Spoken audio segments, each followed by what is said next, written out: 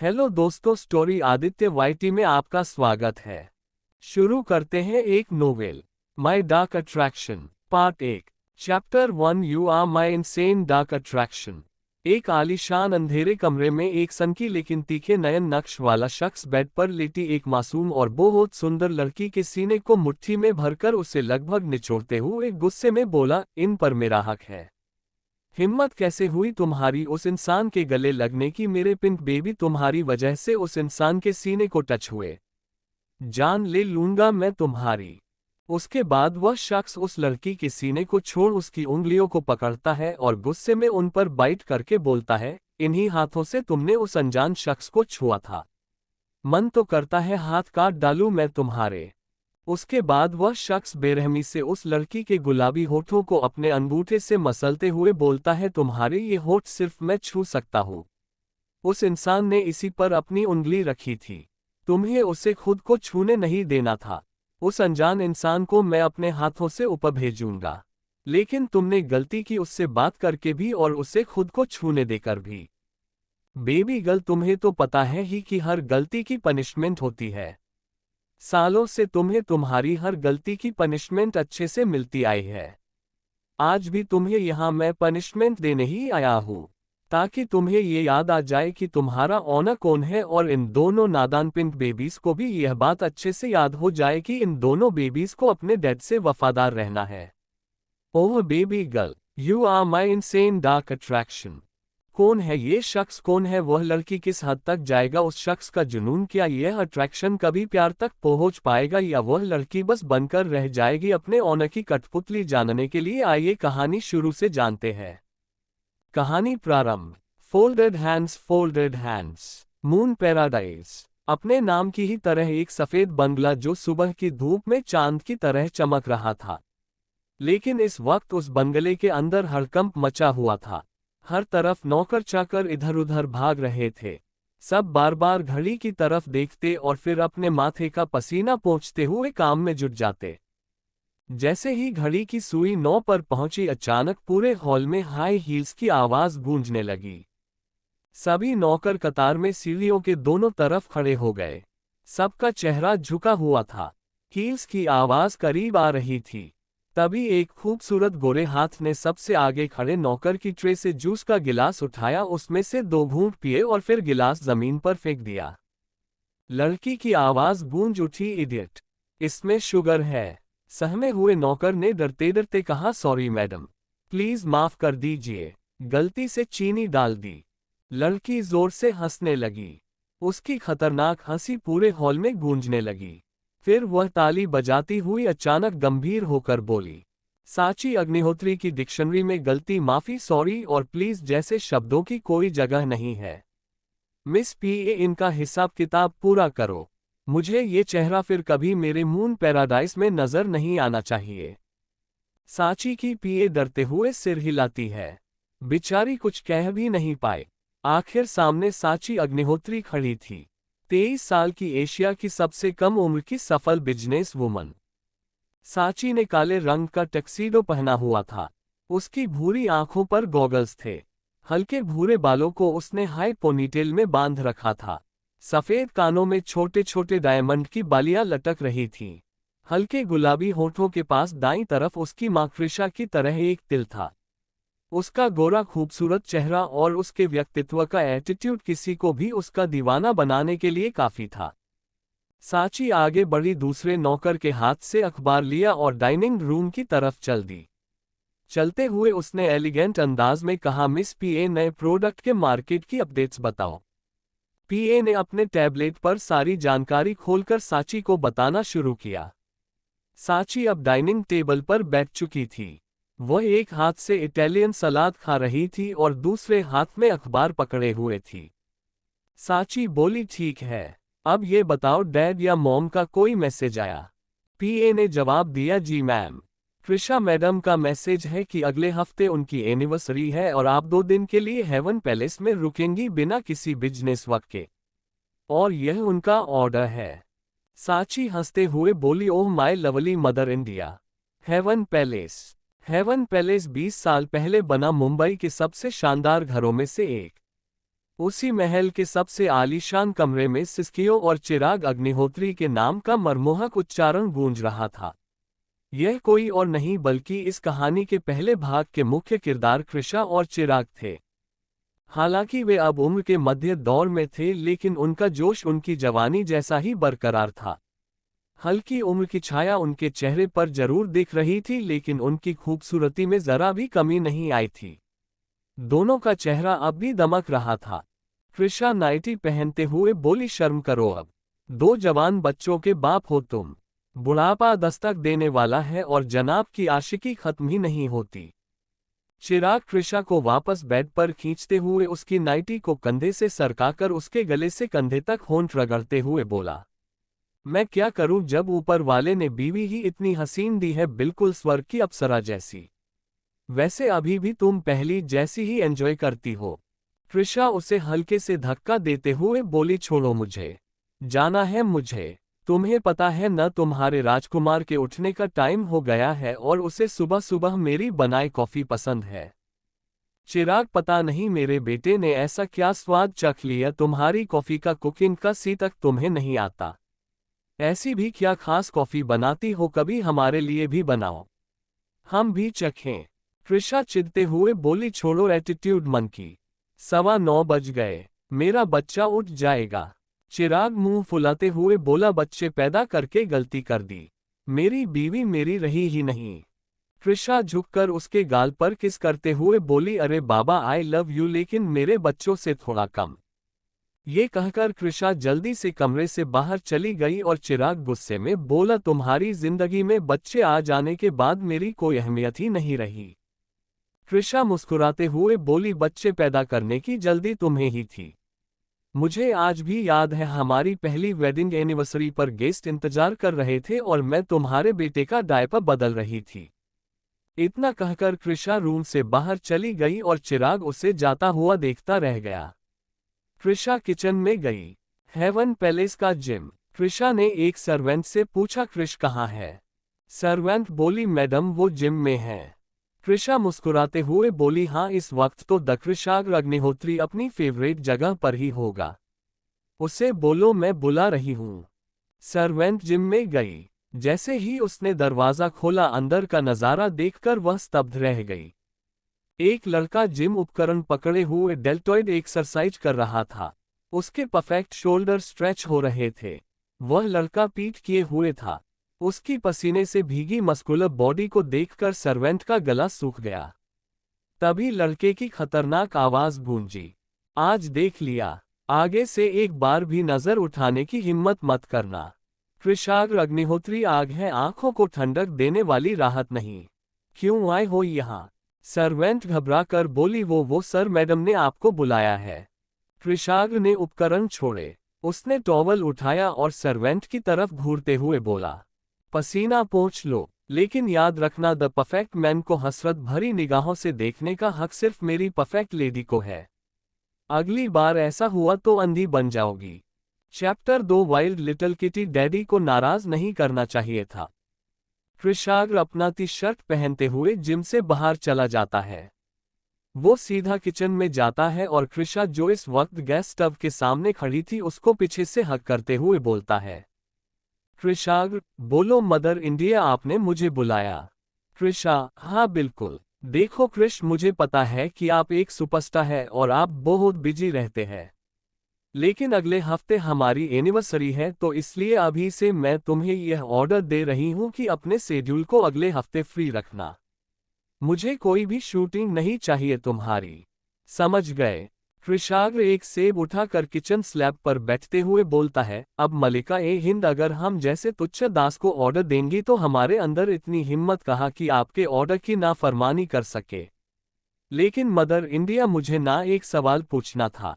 Krisha coffee powder डालते हुए बोलती है, पूछो।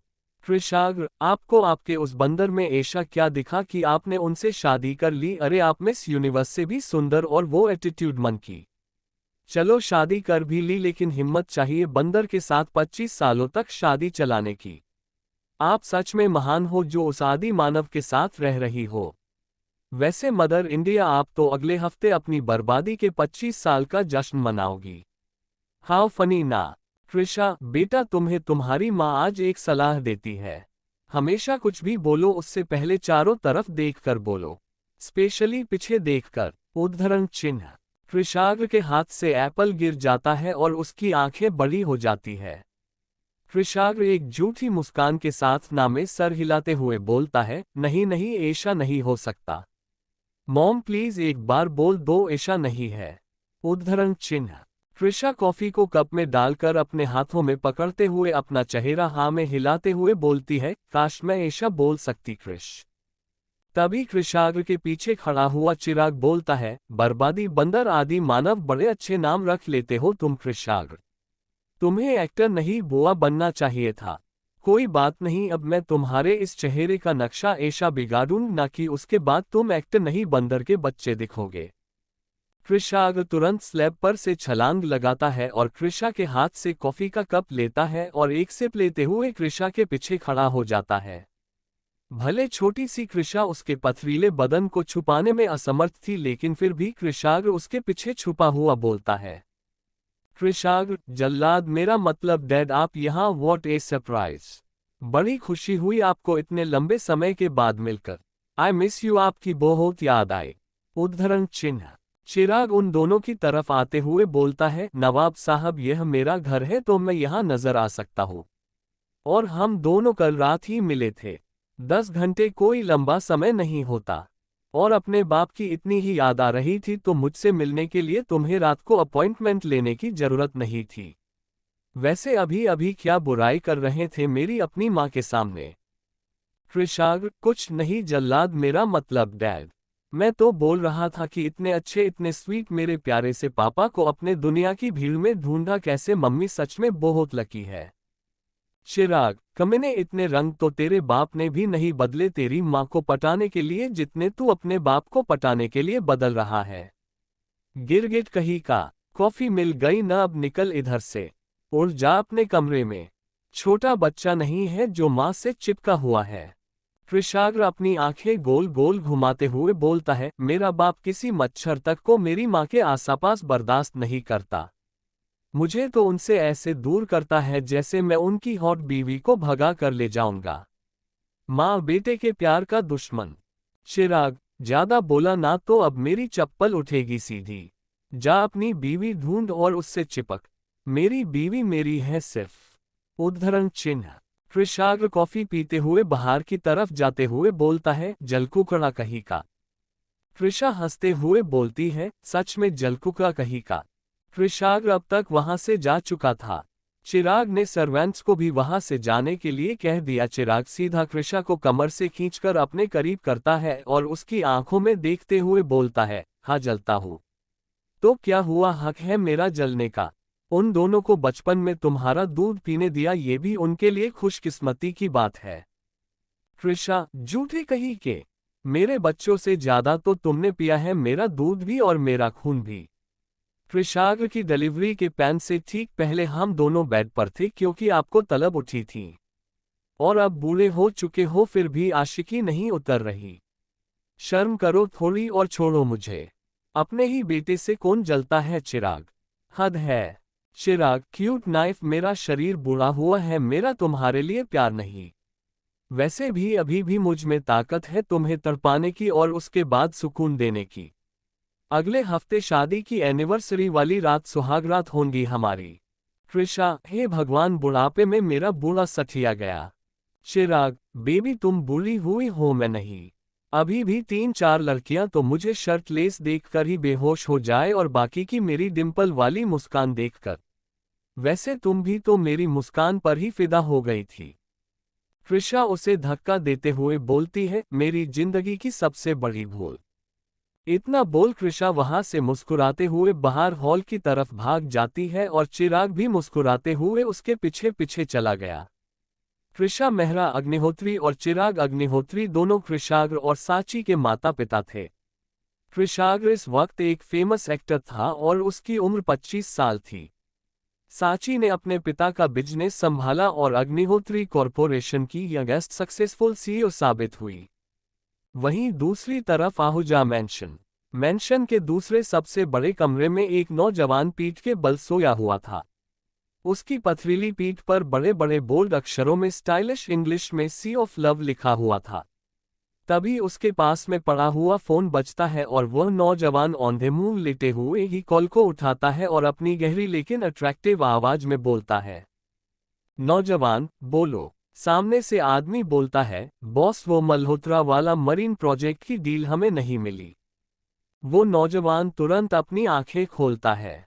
हल्की ग्रे आंखें गुस्से में भर जाती है और वह लड़का जो दिखने में हल्का विदेशी लग रहा था वो गुस्से में बोलता है, मेरी कंपनी के इन्वेस्टर्स को मैंने प्रोमिस किया था कि मरीन प्रोजेक्ट सिर्फ डेविड आहूजा को ही मिलेगा। अब उन लोगों को क्या लगेगा कि the business tycoon Ahuja industry का सीईओ डेविड आहूजा अपनी जबान तक का पक्का नहीं। किसको मिला वो project? It was my fucking dream project. सामने से आदमी बोलता है, सर वह प्रोजेक्ट अग्निहोत्री फर्म को मिला है, यानी कि साची अग्निहोत्री को। डेविड डेविल स्माइल के साथ बोलता है, ओह बच्ची डैडी का रास्ता टोकने चली है। No worries. डेविड ने कॉल काट दिया। उसके बाद वो बेड पर से खड़ा हुआ और आईने के सामने जाकर खुद को निहारने लगा। हल्की ग्रे आंखें, गोरा चेहरा, दिखने में हल्के विदेशी लेकिन रगों में खून हिंदुस्तानी। क्योंकि डेविड के पापा रॉकस्टार प्रेम आहूजा ने इंडिया ही नहीं बल्कि बहुत सी कंट्री के लोगों के दिल में अपने समय में एक खास जगह बनाई थी। और उन्हीं बहुत से फैन में एक फ्रांस की लड़की भी थी जो प्रेम के पीछे पागल थी, अर्नवी मैथ्यू, डेविड की मॉम। इन दोनों की लव स्टोरी भाग 1 लव और अट्रैक्शन में है। आप चाहे तो मेरी लाइब्रेरी में से उसे पढ़ सकते हैं। कुल मिलाकर डेविड एक बेहतरीन पर्सनैलिटी का मालिक था। वो आईने के सामने खुद को निहारते हुए बोलता है, वाइल्ड लिटिल किटी, डैडी को नाराज नहीं करना चाहिए था तुम्हें। बहुत दिन हो गए तुमसे मिले हुए।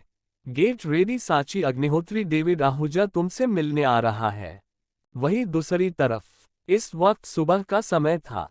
मुंबई की सबसे बड़ी और सारी फैसिलिटीज वाली हॉस्पिटल के ऑपरेशन थिएटर में एक सर्जन बेड पर लेटे हुए मरीज का हार्ट ऑपरेशन कर रहा था। अगली रात से यह ऑपरेशन चल रहा था। सर्जन के हाथ एक्सपर्ट की तरह चल रहे थे। उसके दोनों हाथ इस वक्त उस मरीज के सीने पर कट लगाकर सर्जरी करने के लिए खोले गए भाग के अंदर थे और उसकी निगाहें सामने मॉनिटर पर चल रही थी जहां पर दिल हल्के हल्के धड़क रहा था। अचानक उस सर्जन के मुंह पर उस कट लगाए हुए हिस्से से खून का फव्वारा छूटता है और उस मॉनिटर पर धड़क रहा मरीज का दिल अब धड़कना बंद हो जाता है, जिसका मतलब वह दर्दी अब इस दुनिया में नहीं रहा। उस सर्जन के पास खड़े असिस्टेंट डॉक्टर ने कहा, डॉक्टर एमी कैसे सोवर नाउ? तभी वह सर्जन यानी कि डॉक्टर एमी बोलती है, नहीं अभी ऑपरेशन खत्म नहीं हुआ। उसके बाद एमी नर्स की तरफ देखते हुए बोलती है, ड्रिप में एस्बेंटोनिक डालो, सिरिंज की पावर हाई रखना और जैसे ही मैं बोलूं ऑक्सीजन का सप्लाई बंद कर देना और मेरे दोबारा बोलने पर उसे चालू कर देना।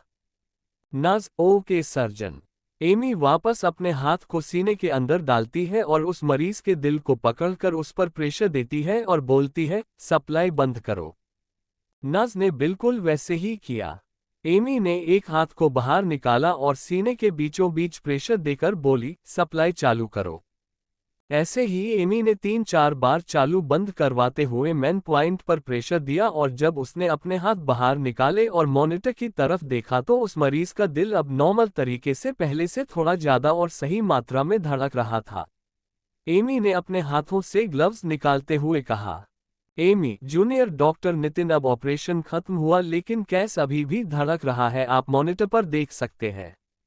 सीने को सील दीजिएगा। और हाँ, एमी आहूजा आखिरी दम तक कोशिश करती है और जब हम डॉक्टर्स अपनी जी जान लगा देते हैं तब उस ऊपर वाले को भी हमारे मरीज की जान बख्शनी पड़ती है। इतना बोल एमी ऑपरेशन थिएटर के वॉशरूम में चली जाती है और अपना सर्जिकल मास्क निकालती है और सामने आईने में खुद को देखती है।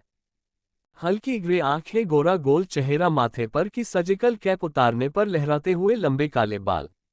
एमी आहूजा मुंबई के सबसे प्रतिष्ठित हॉस्पिटल लाइफ केयर हॉस्पिटल की सबसे यंगेस्ट सर्जन। इसके अलावा मशहूर बिजनेसमैन डेविड आहूजा की सिस्टर, अग्निहोत्री हॉस्पिटल की फेमस न्यूरोलॉजिस्ट अर्नवी मैथ्यू आहूजा और अपने समय के डैशिंग रॉकस्टार लव उर्फ प्रेम आहूजा की ट्रिपलेट संतानों में सबसे छोटी। एमी, डेविड और फिलिप तीनों ट्रिपलेट थे और उनकी उम्र 29 साल थी। चैप्टर 3 एक तरफा प्यार डेविल कृशाग। एमी अपना सर्जिकल गेटअप उतार कर ऑपरेशन थिएटर से बाहर आती है। वो जैसे ही बाहर निकलती है पेशेंट के घर वाले उसे चारों तरफ से घेर लेते हैं। सब उससे मरीज की हालत के बारे में पूछ रहे थे। एमी उन सब को शांत करवाते हुए बोलती है, ऑपरेशन सक्सेसफुल रहा। आप सबको मरीज के लिए कोई भी चिंता करने की जरूरत नहीं है। अब वह खतरे से बाहर है। कुछ ही घंटे में उन्हें नॉर्मल वार्ड में शिफ्ट कर दिया जाएगा और कल उनको होश आ जाएगा। उसके बाद आप सब उनसे मिल सकते हैं। पेशेंट के घर वाले एमी को थैंक यू बोलते हैं और एमी आगे बढ़ जाती है। लेकिन तभी उसकी नज़र बेंच पर बैठी एक बूढ़ी औरत पर जाती है, जो अपने दोनों हाथ जोड़कर आंखें बंद करके कुछ बड़बड़े जा रही थी। शायद कब से प्रार्थना कर रही थी। एमी उनके पास जाती है और उनके घुटनों के पास नीचे जमीन पर घुटनों के बल बैठ जाती है। वह धीरे से अपना एक हाथ उनके घुटनों पर रखती है। वह औरत घबराते हुए अपनी आंखें खोलती है और सामने एमी को देखकर परेशानी से पूछती है, औरत, डॉक्टर मैडम कैसे हैं? अब वो प्लीज उन्हें बचा लीजिए। उनके बिना मैं अपनी आगे की जिंदगी नहीं जी सकती। एमी मुस्कुराते हुए बोलती है, दादी माँ, आपको चिंता करने की अब कोई भी जरूरत नहीं है। मरीज बिल्कुल ठीक है और आप उन्हीं के साथ आने वाली जिंदगी जिएगी। भला उन्हें कुछ कैसे हो सकता है जब आप कब से उनके लिए दुआ मांग रही है। आपकी प्रार्थनाओं ने उन्हें बचा लिया। वह औरत खुश हो जाती है और जल्दी जल्दी ऊपर की तरफ देखकर भगवान को शुक्रिया अदा करती है और उसके बाद एमी के हाथों को पकड़कर उसे चूम लेती है और उसका थैंक यू करते हुए बोलती है, औरत, थैंक यू बेटा। तुम जैसे होनहार डॉक्टर ही दूसरे भगवान कहलाते हैं। आज अगर उन्हें कुछ हो जाता ना तो उनको मैं अकेले अर्थी पर नहीं लेटने देती। मैं भी उनके साथ लेट जाती। मरने तक साथ निभाने का वादा है हम दोनों का। एमी, इतना प्यार करती हो आप उनसे, वह भी इस उम्र में। औरत, प्यार की भी कोई उम्र होती है क्या बेटा? हाँ, आज भी उनसे उतना ही प्यार करती हूँ जितना कॉलेज के दिनों में करती थी। प्यार होता ही ऐसी चीज है, एक बार अगर सच्चा प्यार हो जाए ना तो पूरी जिंदगी उसकी रंगत आपके दिल से नहीं उतरती। और अगर रंगत उतर जाए तो वह प्यार नहीं। तुम्हारी जिंदगी में भी कोई ऐसा होगा ना जिसे तुम हर पल देखना चाहती होगी और तुम उससे अपने दिल से प्यार करती होगी। एमी, हाँ है कोई, लेकिन ये भी जरूरी नहीं ना दादी माँ की पहला प्यार हमेशा पूरा होने के लिए बने। एक तरफ इश्क किया है मैंने। वैसे आपने कहा तो सही कि पूरी जिंदगी दिल पर से उसकी रंगत नहीं जाएगी, लेकिन वह आसमान में रहता है और मैं जमीन पर मिलती हूँ। हमारा कोई मेल नहीं, वह कभी भी मुझे नहीं मिल सकता। इतना बोल एमी खड़े होकर वहां से जाने को होती है, तो पीछे से वह औरत बोलती है, बेटा कल किसने देखा है बारिश होने पर आसमान को भी जमीन पर उतरना पड़ता है। शायद तुम्हारी कहानी एक तरफा ना रहे। एक बार अपने दिल के जज्बातों को उसके सामने खोल कर तो रख दो। शायद उस तुम्हारे आसमान के दिल में भी वही जज्बात हो।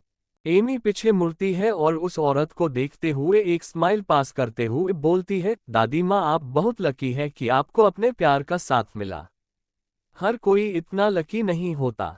किस्मत हर किसी का साथ नहीं देती।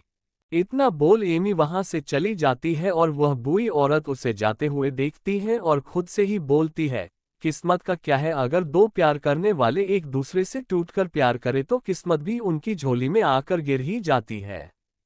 वहीं दूसरी तरफ मुंबई की फिल्म सिटी एरिया में इस वक्त एक फिल्म का सेटअप लगाया हुआ था। सब कुछ तैयार था लेकिन शूटिंग शुरू नहीं हुई थी और डायरेक्टर पिछले 1.5 घंटे से एक ही नाम चिल्लाए जा रहा था, डायरेक्टर ए कहाँ पहुंचा, ए को बुलाओ। फिल्म के मेन हीरो के बगैर शूटिंग कैसे शुरू होगी? तभी एक क्रू मेंबर आकर बोलता है, director sir, S here. Director जल्दी से माइक उठाता है और अनाउंस करता है, ए आ गया है। सब को एक्टर, कैमरामैन, लाइटमैन अपनी अपनी जगह ले लो। तभी शूटिंग एरिया के मैनन डोर से कृषाग्र एक हाथ में कॉफी और दूसरे हाथ में आज के सीन की स्क्रिप्ट को पकड़े हुए अंदर आता है। वह स्टोर से कॉफी पी रहा था, लेकिन उसकी नज़र स्क्रिप्ट पर थी और वह उससे पढ़ता हुआ अंदर आ रहा था।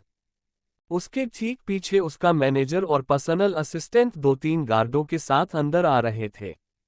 कृषाग्र ने जब पूरी स्क्रिप्ट पढ़ ली तब उसने उस स्क्रिप्ट को पीछे उछाल दिया और उसके पीछे खड़ा मैनेजर जल्दी से उसे स्क्रिप्ट को कैच कर लेता है। उसके बाद कृषाग्र अपनी कॉफी का आखिरी सिप लेता है और उसे वही टेबल पर रखते हुए आगे बढ़ता है और अपने दोनों हाथों की उंगली आपस में उलझाते हुए अपनी गर्दन को स्ट्रेच करता है। डायरेक्टर भागता हुआ उसके पास आता है और अपने चश्मे को ठीक करते हुए बोलता है, ए आज तुम्हें सीन नंबर। उसकी बात बीच में ही काटते हुए कृषाग्र बोलता है, आज मुझे सीन नंबर 45 करना है। आप मुझे मेरा काम मत समझाइए। आप अपना काम कीजिए डियर डायरेक्टर सर। डायरेक्टर एक ऑकवर्ड स्माइल करते हुए बोलता है, हाँ हाँ आप सुपरस्टार है। आपको क्या ही समझाऊं मैं, आप तो एक टेक में ही डन सीन कर सकते हैं। कृषाग्र एटीट्यूड के साथ बोलता है, 25 साल में इतना बड़ा सुपरस्टार बनने का खिताब मिला है मुझे। उसके बाद कृषाग्र सीधे ड्रेसिंग रूम में चला जाता है और आज के सीन के अकॉर्डिंग कपड़े पहनकर बाहर निकलता है। वह एक टैक्सीडो में था। वह शूटिंग एरिया पर आ जाता है। आज का सीन एक पार्टी का सीन था और उसमें कृषाग्र को एक लड़की को डांस के लिए पूछना था और वह लड़की मूवी की हीरोइन थी और यह उन दोनों की पहली मुलाकात थी। म्यूजिक शुरू होता है और कैमरा लाइट सब सेट हो जाता है। बाकी कपल डांसर आसपास डांस कर रहे थे। कृषाग्र चलता हुआ व्हाइट गाउन में खड़ी हीरोइन के पास जाता है और उसे हाथ बढ़ाकर डांस के लिए पूछता है। वह हीरोइन भी सीन के अकॉर्डिंग अपना सर हाँ में हिलाती है और वह दोनों स्टेज के बीचों बीच जाकर डांस करने लगते हैं। कृषाग्र उस लड़की की कमर को जेंटली पकड़ता है और दोनों डांस करने लगते हैं। लेकिन वह लड़की सीन से उल्टी डायरेक्शन में जा रही थी। वह लड़की ज्यादा चिपक कर डांस कर रही थी और बार बार कृषाग्र के सीने और गले को सेंसुअल वे में टच कर रही थी, जो कहीं सीन में था ही नहीं। वो कृषाग्र के हाथों को अपने हिप पर रखकर दबा रही थी। सीन में एक जेनुअल डांस था जो अब उस लड़की ने भद्दा बना दिया था। लेकिन किसी की भी हिम्मत नहीं थी बीच में सीन को रोकने की, क्योंकि एक खड़ा था और टेक दे रहा था। 5 मिनट हो चुके थे उनके डांस को शुरू हुए और बीच बीच में ब्रेक के साथ आधा सॉन्ग शूट हो चुका था। पर अब उस लड़की की हिम्मत और बढ़ गई थी। वो खुलेआम कृषाग्र को गंदी हरकतें करके अप्रोच कर रही थी।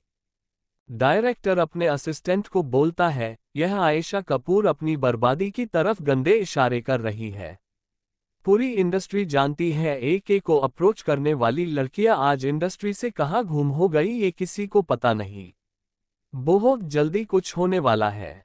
अब शायद हमें सारे हीरोइन के सीन फिर से शूट करने पड़े। नई हीरोइन के ऑडिशन की अनाउंसमेंट कर डी डायरेक्टर का कहा सच हुआ। जब पानी सर से ऊपर गया तो उस हीरोइन को गोल गोल घुमाते हुए कृषाग्र ने उसके हाथ को सख्ती से पकड़ा और मरोड़ दिया। वहां पर उसके हड्डी के टूटने की आवाज साफ सुनाई दी और तुरंत वह हीरोइन जमीन पर अपने दूसरे हाथ से टूटे हुए हाथ को पकड़कर बैठ गई। कृषाग्र एक डेविल स्माइल करता है और जल्दी से अपने एक्सप्रेशन बदलते हुए वह तुरंत नीचे जमीन पर बैठते हुए बोलता है, कृषाग्र, मिस कपूर आप ठीक है ना? एक्चुअली मैं आपको फ्लिप करते समय स्टेप भूल गया और जिसकी वजह से एक्सीडेंटली आपके हाथ पर मैंने शायद ज्यादा प्रेशर दे दिया और आपको चोट लग गई। क्या आपका हाथ ठीक है? डायरेक्टर जल्दी से सेट पर मौजूद डॉक्टर को बुलाता है और वह डॉक्टर तुरंत आयशा कपूर जो कि मूवी की हीरोइन थी उसके हाथों को चेक करने लगता है और तुरंत वह डायरेक्टर से बोलता है, सर इनको तुरंत अस्पताल ले जाना पड़ेगा। शायद से इनके हाथ में क्रैक आया है और इनके दर्द को और सूजन को देखकर यह एक फ्रैक्चर भी हो सकता है। डायरेक्टर तुरंत एम्बुलेंस को कॉल करता है और आयशा को एम्बुलेंस में हॉस्पिटल की तरफ ले जाया जाता है। कृषाग्र परेशान चेहरे के साथ उसे दरवाजे तक छोड़ने आता है और उसे जाता हुआ देखकर अपने मन में बोलता है, कृषाग्र, एक्टर हूं मैं, कोई मेल बार डांसर नहीं जो यूं ही एरी गैरी मुझसे खराब इंटेंशन के साथ चिपक सके। तुम्हारा हाथ ऐसा तोड़ा है ना, अगले 3 महीने तक मूवी तो क्या तुम एड की भी शूटिंग नहीं कर सकती और ऐसे में डायरेक्ट तुम्हें मूवी से ही निकाल देगा, क्योंकि उसे ऐसा करने के लिए मैं द सुपरस्टार ए बोलेगा। ब्लडी बिच। चैप्टर 4 चलो तुम्हें प्रेग्नेंट कर देता हूँ। कृषाग्र ने आयशा कपूर को अच्छा सबक सिखा दिया था। वो अपने हीरो के सोलो सीन शूट करने लगता है। उसकी एक्टिंग स्किल्स सच में बहुत अच्छी थी। 1 या 2 शॉट में ही सीन शूट हो जाता था और कृषाग्र को अपनी स्क्रिप्ट भी एक ही बार में याद कर लेता था। वह यहाँ तक अपनी मेहनत से पहुंचा था। उसने अपने सरनेम का जरा भी इस्तेमाल नहीं किया था। आज तक इंडस्ट्री में किसी को एक का फुल फॉर्म पता नहीं था और ना ही किसी को ये पता था कि कृषाग्र द बिजनेस टायकून और एशिया की लीडिंग कंपनी के एमडी चिराग अग्निहोत्री का बेटा है। चिराग ने उसे अपने मन की करने की पूरी आज़ादी थी। उसने कृषाग्र से सिर्फ एक ही वादा लिया था कि वो अग्निहोत्री खानदान की बहू के साथ ही हम बिस्तर होगा। चिराग अपने प्ले बॉय वाले लक्षण अपने बेटे में नहीं चाहता था और कृषा ने भी कृषाग्र को यही हिदायत दी थी। लेकिन कृषाग्र ने जवाब में उन दोनों से यह कहा था कि कृषाग्र अग्निहोत्री को पाने वाली सिर्फ एक ही होगी। कृषाग्र अग्निहोत्री हर किसी का नहीं हो सकता। सांची का इंटरेस्ट बिजनेस में था, इसलिए वो बचपन से चिराग के साथ ऑफिस जाया करती और चिराग के बिजनेस करने के तरीके को देखा करती।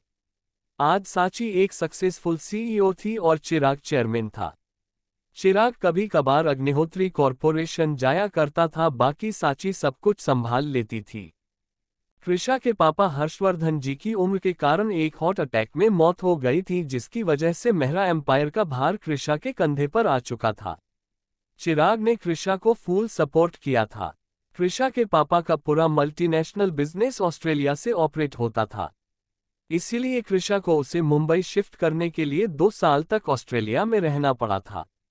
चिराग अपने बिजनेस की वजह से वहां नहीं जा सकता था, इसलिए 8 साल की सांची और 11 साल के कृषाग्र के साथ चिराग मुंबई में ही था और कृषा ऑस्ट्रेलिया में थी। इस वक्त अग्निहोत्री कॉरपोरेशन के साथ मेहरा एम्पायर भी ऊंचाइयों पर था। कृषा आज भी अकेले हाथों से मेहरा एम्पायर संभाल रही थी, लेकिन मेहरा एम्पायर की एमडी होने के साथ साथ वह एक और काम भी करती थी। कृषाग्र बहुत बड़ा एक्टर बन चुका था, इसलिए उसके खिलाफ अफवाहें उड़नी आम बात थी। कृषा बतौर हैकर अपने बेटे के लिए काम करती थी। कोई भी गलत न्यूज जो कृषाग्र की इमेज के लिए खतरा होती थी, उसके पोस्ट होने से पहले ही कृषा उसे हैकिंग के जरिए डिलीट कर देती थी। Agnihotri corporation CEO office. Sanchi इस वक्त अपने केबिन में बैठी थी और कुर्सी को रोल कर रही थी। उसने आंखों पर चश्मा चढ़ा रखा था और हाथ में फाइल पकड़ रखी थी, जिसे वो बहुत ध्यान से पढ़ रही थी। अचानक उसके केबिन पर नॉक हुआ। सांची सीधा बैठते हुए बोलती है, कम इन। सांची की असिस्टेंट अंदर आती है और कहती है, बॉस मिस्टर आहूजा आपसे मिलने आए हैं। सांची, कौन? Rock uncle. डेविड अंदर आते हुए बोलता है, अनफॉर्च्यूनेटली तुम्हारे रॉक अंकल का बेटा आया है। सांची प्रेम को रॉक अंकल बुलाती थी, क्योंकि बचपन में उसने प्रेम को अर्नवी को डॉग गर्ल बुलाते हुए सुना था और अर्नवी प्रेम को रॉक स्टार बुलाती थी, यह भी सुना था। इसीलिए वो अर्नवी को डॉग आंटी और प्रेम को रॉक अंकल बुलाती थी। क्योंकि छोटी होने के कारण वो रॉक स्टार नहीं बोल पाती थी, इसलिए रॉक अंकल उसकी जुबान पर बैठ गया था। प्रेम और चिराग की दोस्ती की वजह से उनका बार बार मिलना होता था, इसलिए वो प्रेम से बहुत जुड़ी हुई थी। डेविड को देखकर सांची अपनी जगह पर खड़ी होती है और अपने दोनों हाथों को स्ट्रेच करते हुए बोलती है, सांची, मुझे पता ही था आप जरूर आएंगे अपने इस आर्कियोप्टेरिक्स जैसे चेहरे को लेकर। कैसे आना हुआ David? Oops David uncle. David Sanchi की हेड चेयर को खिसका कर उस पर बैठ जाता है और अपने दोनों हाथों को बांधते हुए बोलता है, लिटिल किटी, आजकल तुम्हारी जबान बहुत चलने लगी है। आई एम नॉट योर अंकल। और रही बात आर्कियोप्टेरिक्स जैसे चेहरे की, तो लिटिल बेबी, इस चेहरे पर लड़कियां मरती है। चाहो तो अपनी मिस पा से पूछ लो। सांची अपनी पा को देखती है, जो अपना मुंह फाड़े हुए डेविड को घूरे जा रही थी। उसकी हवस उसकी आंखों में ही दिख रही थी। सांची तुरंत बोली, मिस पा, 2 कप कॉफी लेकर आओ। सांची की इतनी तेज आवाज से पा होश में आती है और तुरंत अपना चेहरा जल्दी जल्दी हाँ में हिलाते हुए डेविड को देखते देखते बाहर चली जाती है। सांची अभी भी दरवाजे की तरफ गुस्से से घूर रही थी। डेविड तुरंत उसके हाथ को पकड़ता है और अपनी तरफ खींच लेता है। साची डेविड की गोद में बैठ जाती है। वो हैरानी से डेविड को देखने लगती है। डेविड, यह क्या था लिटिल किटी? साची, पहले तो आप मुझे छोड़िए। और आप किस चीज के बारे में बात कर रहे हैं? डेविड, मैं तुम्हें लिटिल किटी बुलाता जरूर हूं, लेकिन तुम इतनी भी छोटी नहीं कि यह ना समझ सको। तुम्हारी यह छोटी सी नाक गुस्से में लाल क्यों हो गई जब तुमने अपनी पा को मुझे देखता पाया? साची, वो इसलिए ताकि मेरी पा अपने काम से डिस्ट्रैक्ट हो गई थी। यह उसकी जॉब प्रोफाइल में नहीं कि गेस्ट को ऐसे लार टपकाते हुए देखे। इससे मेरी कंपनी की इंप्रेशन डाउन हो सकती है। David, oh really growing up kiddo. Sachi, I am not kiddo. David, अब डॉनकी खुद को डॉनकी क्यों कहेगा? साची, आपने मुझे डॉनकी से कंपेयर किया, हाउ डेयर यू। डेविड साची के होठों को अपने अंगूठे से सहलाते हुए बोलता है, डेयर तो और भी बहुत कुछ करने की है लिटिल किटी। एंड इतना तो मुझे पता है कि you can't stop me. Sachi, leave me uncle.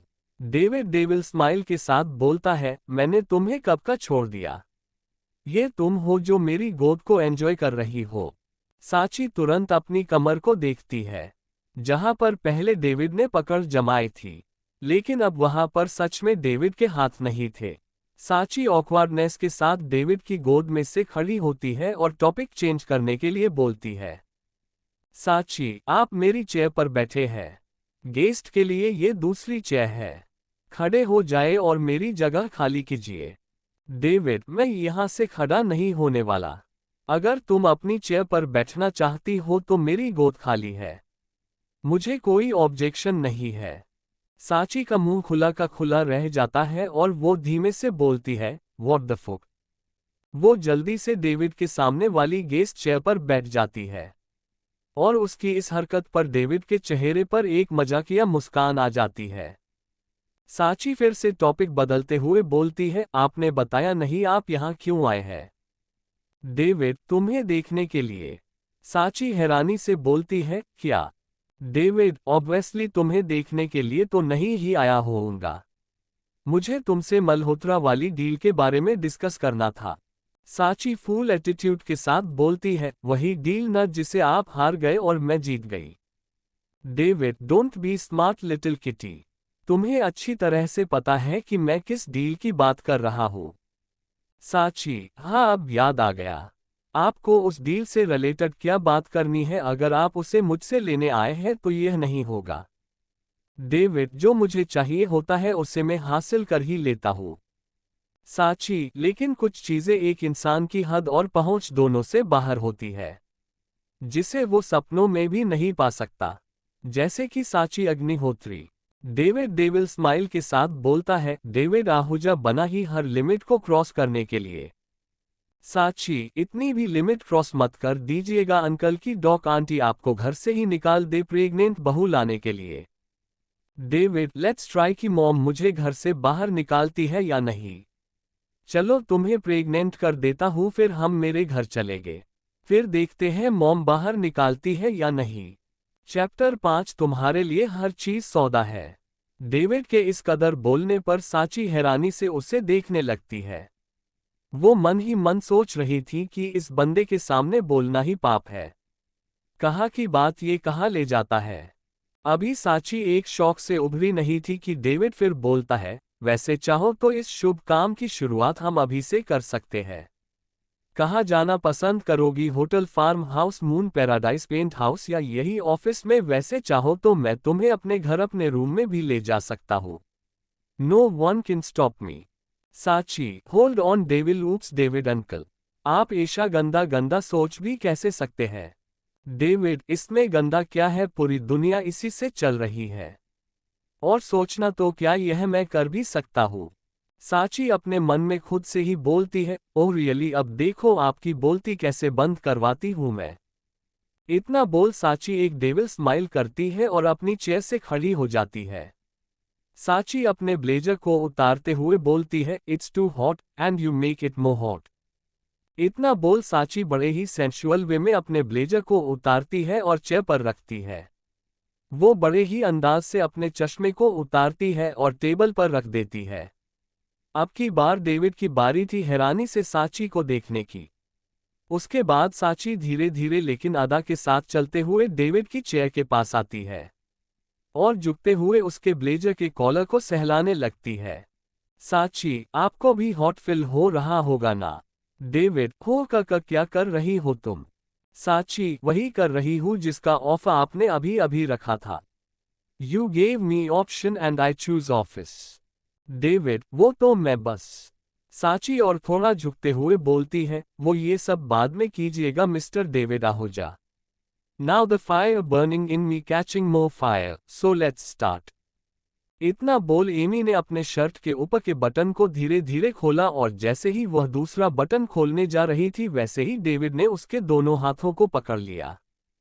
David, don't play with me. If I get out of control then I will neither see your age nor the relatedness of our families. साची की बोलती बंद हो जाती है।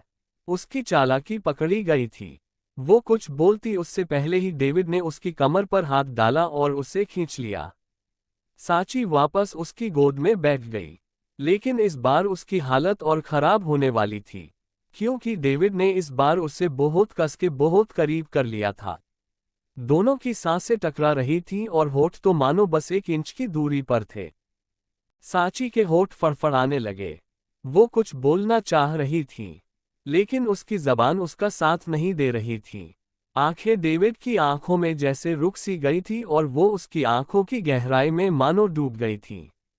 अगर साची खो गई थी तो डेविड मानो साची की आंखों में डूब गया था। वो एकटक उसकी डरी हुई आंखों में कुछ ढूंढ रहा था, शायद अपने करीबीपन का करार तलाश रहा था। डेविड अपने होठ और साची के होठ के बीच की दूरी मिटाने ही जा रहा था और साची भी उसे रोकने की जगह अपने हाथों को उसके बालों में उलझा रही थी।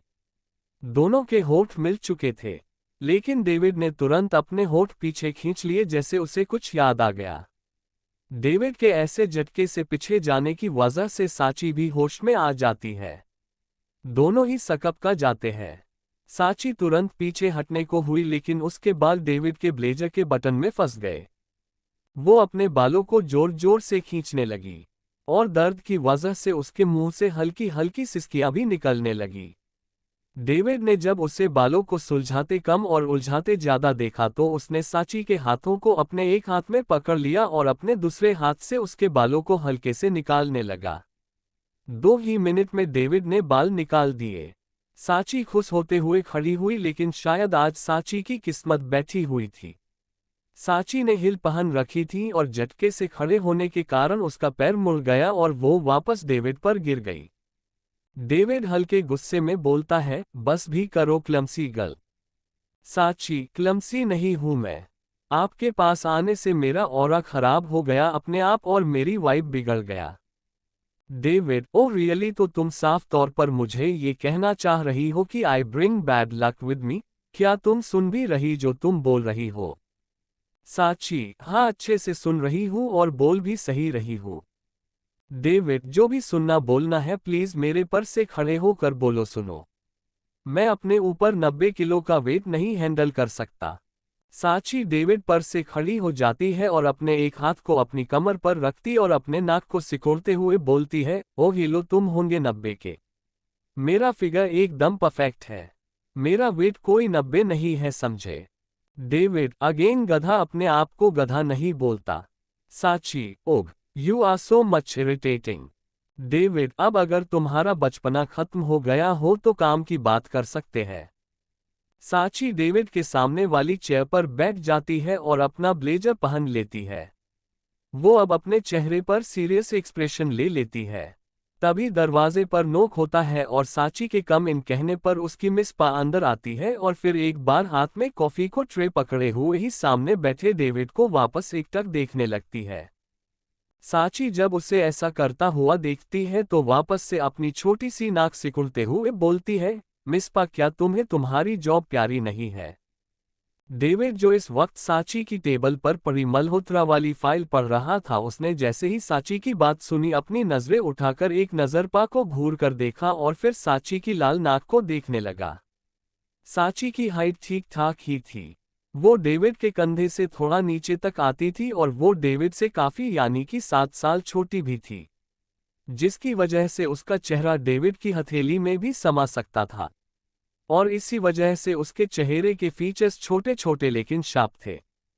उसकी बड़ी बड़ी आंखों के सिवाय सब छोटा छोटा सा था। छोटी सी नाक जो गुस्से में और ब्लश करते वक्त लाल हो जाया करती थी। गोल मटोल लेकिन परफेक्ट शेप के 2 गाल। नाक के नीचे पाउट करने पर हॉट शेप के उसके पतले से छोटे होठ और उसी होठ की दाहिने तरफ अपनी माँ की तरह छोटा सा काला तिल।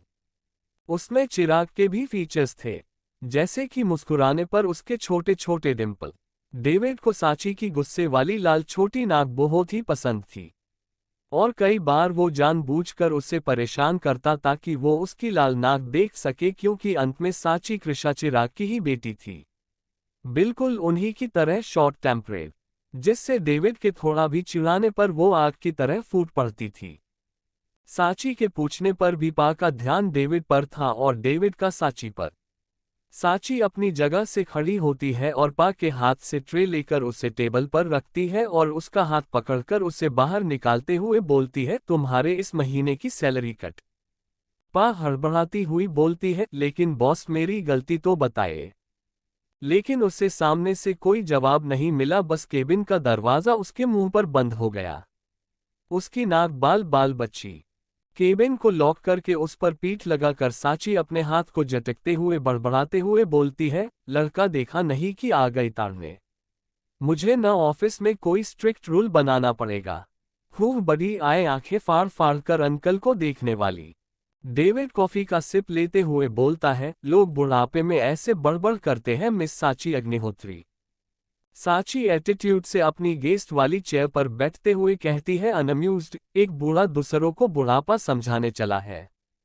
डेविड, किड्डो। साची, आपका इनफॉर्मल बिहेवियर अगर खत्म हो गया हो तो क्या हम फॉर्मल हो सकते हैं? डेविड, हाँ बिल्कुल मैम, मैं ही कब से इनफॉर्मल हो रहा हूँ, लेकिन अब ओनली बिजनेस। मैं आपके लिए एक ऑफर लेकर आया हूँ। साची कॉफी पीते हुए स्माइल के साथ बोलती है, ऑफर से मुझे क्या होगा, घाटा या फायदा? डेविड, ये सोचना तुम्हारा काम है। मल्होत्रा वाली मरीन डील मुझे दे दो, क्योंकि मैंने मेरे इन्वेस्टर्स को पहले ही इस डील के बारे में बता दिया है, क्योंकि मुझे लगा ये डील मुझे मिलेगी। वो सब बहुत इंटरेस्टेड है और मैं उन्हें नाराज नहीं करना चाहता। साची, बदले में मुझे क्या मिलेगा? डेविड, 3 बड़े प्रोजेक्ट जो आहूजा इंडस्ट्री के पास है, कतार, तांजानिया और दिल्ली म्यूनिसिपल ऑफिस। साची, मुझे सारे प्रोजेक्ट्स की सप्लाई डाटा और मार्जिन की रिपोर्ट चाहिए। अगर उसमें मेरा फायदा दिखा तो ही मैं इस ऑफर को एक्सेप्ट करूंगी। क्या पता मल्होत्रा के मरीन प्रोजेक्ट के बदले में तुम मुझे घाटे का झुंझुना पकड़ा दो। आफ्टर ऑल साची अग्निहोत्री नुकसान नहीं झेलती। साची के ऐसे वर्ड डेविड को यह एहसास दिलवा रहे थे कि साची उस पर जरा भी भरोसा नहीं करती, और उसके यह वर्ड्स डेविड को अपने लिए गाली से लगे, जिसकी वजह से उसका चेहरा गुस्से में लाल हो गया।